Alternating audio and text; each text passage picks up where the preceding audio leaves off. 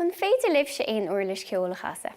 Well sin in mise an fadóig sáin agus is bralam bheith a chasa. Nis, inniu Thomas go beag an play I dhéine an Idirlín agus na rudaí fad is féidir linn I dhéine An Idirlín. Céir é an Idirlín? Well tá an Idirlín cos le córas post. An Idirlín is féidir leat litir agus teachtarachtaí a cheola go timpeall an domhan I cúpla second.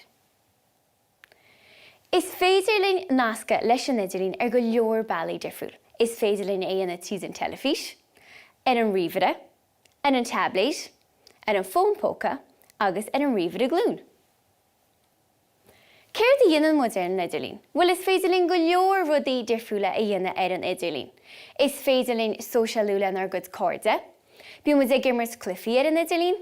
Is féidir linn go leor rudaí nua a ólam, chun ólas a áil, chun féchant físeán agus chun éisteach le ceol chomá. Céir é Sóisialú? Seo nuair atá muid ag caint nó ag sprí le cóirde, clán agus daoine eile an síl. Is féidir linn Sóisialú a dhéanamh go leor bailí difriúil. Is féidir linn casta le cóirde a gafe, agus Sóisialú a dhéanamh an bailach sin. Bí muid ag Sóisialú nuair atá muid ag Scoil, nó nuair atá muid a sprí a musta forc, nó nuair atá muid a sprí le cóirde. Is féidir linn Sóisialú a dhéanamh an Idirlín lenar gur cóirde chomá.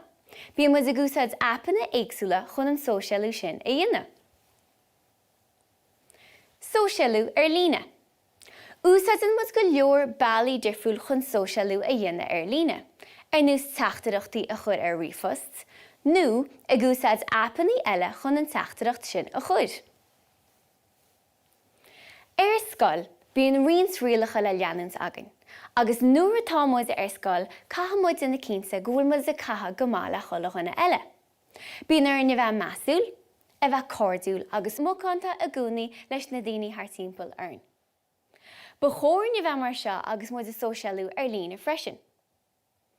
Cuireann muid teachtarachtaí dearfach ag go cóirde agus catha muid sin na cinnte go bhfuil muid mócánta agus sás le cholachana Líne a gúnaí. Nuair a aonn tú teachtareacht dearfach Líne, maithíonn tú sonna sásta, maithíonn tú bís agus maithíonn tú compórtach. Ach, nuair a dhéann tú teachtareacht dúilteach an Idirlín, bíonn tú brónach, bíonn imníirt, bíonn fatasairt agus bíonn tú crosta chomá. Nuair a aonn tú teachtareacht dúilteach Líne, tá cúpla rud a chearta tíana. Inis sa duine fásta é. Is féidir leat ará le múnsar, leis an príomhide, le tuismóthir nó le cuimhnú. Is féidir leis an duine fásta cúna thuirt leis an bhaibetá ad. Ná chud aon teachtareacht arás ag an duine sin. Cuiníonn na teachtareachtaí fad agus tuspáin go duine fásta é. Agus deire is féidir leat pásacail don chúnta sa áru, nó bach a chud an duine sin na appanna sin, ónas na féidir lob dul deangáil leat a ríist. Nuair atá muid Líne, tá cúpla rud a cheartain smaoinú air. Catha muid ina cinnte go bhfuil muid cuaireamach Líne ón tám fad. Catha muid ina cinnte go bhfuil brófíl príomhaideach. Agus ní féidir le aon duine nach bhfuil aon aithne againn orthú dul deangáil linn. Catha muid smaoinú daoine eile chomá nuair atá muid Líne, agus níl sé ceart teachtareacht dúilteach a chur ag aon duine. Catha muid ina cinnte go bhfuil muid measúil, cordúil agus mócánta le daoine a gúnaí. Ba chóir ghine bheith mar seo agus muid a Sóisialú Líne, agus chomá lei sin nuair atá muid a sprí lenar Garda agus muid a musta glós chomá.